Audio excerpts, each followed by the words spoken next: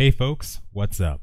My name is Sir Medieval, and today we'll be talking about some news related to AscentInfiniteRealm that hit before the weekend arrived. The very first piece of news is related to the combat system. We gained access to footage of all the classes thanks to PlayPark, the company that's publishing AscentInfiniteRealm in the southeastern Asian region. Starting off with the combat, it seems that from the footage the ranged classes have retained their tab targeting style of play, while melee users, specifically Assassin and Warlord, are now on a freeform aiming system. I would imagine for ranged characters that tab targeting would stay in play for targeted and basic attacks, but when it comes to the area of effect abilities, you'll more than likely need to aim. For melee, if you noticed on how ranged characters the reticle shows up locked onto the target, but for melee you do not see that. This could still mean that the UI could have been simply turned off for a Warlord and Assassin, or perhaps you'll be able to switch between the two fighting styles at will, but personally I think it'd be great to have action combat for melee characters, or both for that matter.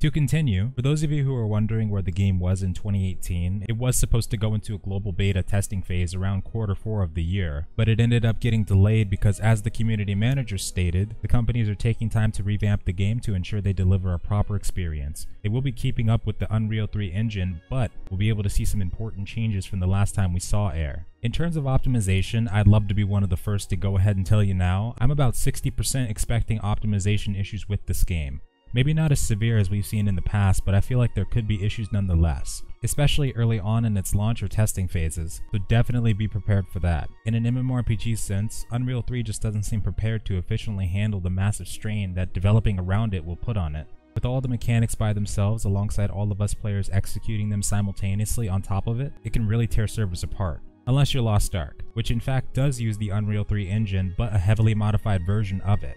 Lo and behold, that AscentInfiniteRealm is also aiming to revamp their system to have a heavily modified version of Unreal 3 as well. Could this mean that companies knew something we didn't? There's not a lot of info to dig into regarding this. 2017 was a year for a lot of Unreal Engine updates, however the last known update for Unreal 3 was back in 2015, it looks like. But the ability to modify the engine never went away. So this could mean a couple of things. Maybe Epic Games made it possible to import certain aspects of Unreal Engine 4 to Unreal 3, and some companies took it upon themselves to begin implementing it into their games for better stability alongside an overall better gameplay experience. There's no way to know for sure what reason was behind this, but if Lost Ark was able to do it, maybe AscentInfiniteRealm may be able to as well. Maybe someday we can ask them how exactly they did revamp the game. Now to add on to this topic, there was not only combat footage showcased by PlayPark to tease AscentInfiniteRealm, there was also a teaser trailer, and I'll go ahead and play that footage for you right now. PlayPark.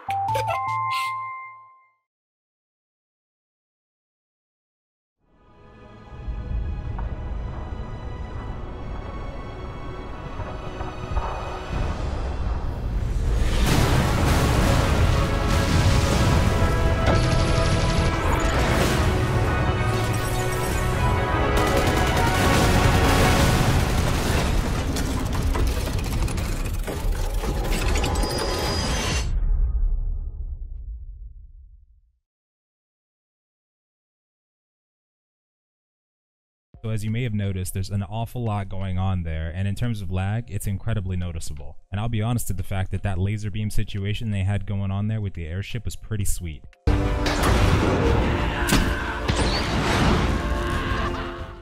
In a ground-based aspect, it looks like the game did run semi-well already from what we had seen previously. If they're somehow able to perfect that aerial combat though, or more importantly mass PvP situations, then that will be one of the main parts that people will truly enjoy. I mean, it is a steampunk-themed MMORPG after all. Following up with this, there might be some news as to where the game is going first. On January 4th, around the time the teaser relating to the housing system came out, PlayPark announced something. I'm not able to read much of the Thai language, unfortunately, but from what I could make out through rough translation and image translation pages, it seems that Southeast Asia might be getting the game first in its pre-OBT form. What this could mean is that either they will be one of the first to do the testing phases, which afterwards the game would come to the rest of the world, since it has been announced who is publishing where, or they could get the entire game first in its OBT state, and after a while of polishing, it could then get released to the rest of the region. Back in October of last year, the announcement was made that the company AsiaSoft would be joining Bluehole and assisting with development of AscentInfiniteRealm.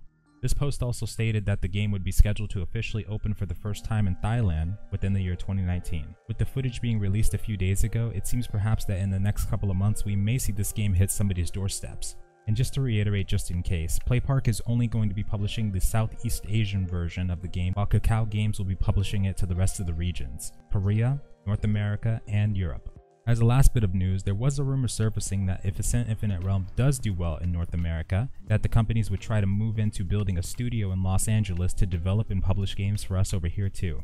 Didn't hear about a European studio though, but I'd imagine anything that we get would also be given to Europe right then and there. My main hope is that they deliver a good product with this game, because a swarm of people that are looking for a new MMO will come. There are plenty of refugees. The only thing Bluehole and Kakao need to make sure of is that the gameplay experience itself is engaging, while having maybe a semi-decent storyline and especially some good as can be optimization. With all of that, a fun combat system and plenty to do it in-game alongside throughout the game in terms of features and whatnot, I don't see any reason why they wouldn't be able to retain a large amount of that player base that will show up. Good server stability would be nice, but honestly I'd hope that after the initial launch day at the very least. Let's be honest here, we're more than likely going to destroy those servers. And I just hope you're prepared for that, Bluehole. And thank you all so much for joining me for some more news, and I hope that you all have a wonderful night or day. And that's all for now, and farewell.